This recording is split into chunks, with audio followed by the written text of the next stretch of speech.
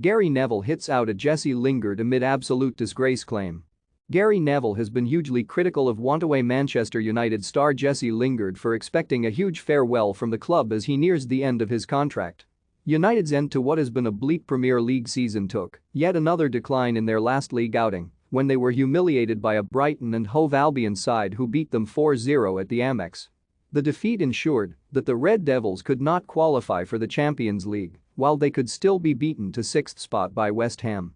Neville has admitted that he feels huge overhaul is required, while also mocking Lingard's response to being denied an Old Trafford goodbye in United's last home game of the season last week.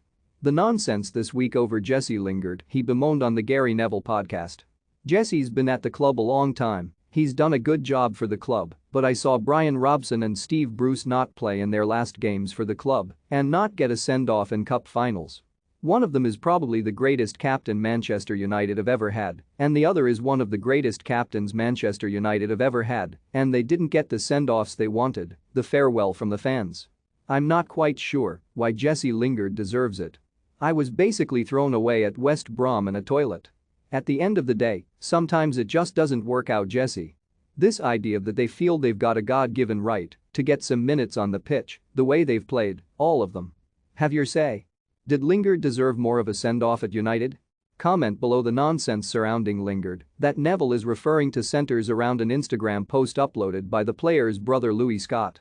20 years of blood, sweat and tears, 4 domestic trophies, 3 cup final goals, not even a farewell. No wonder it's Conference League next year, he wrote on his private Instagram story.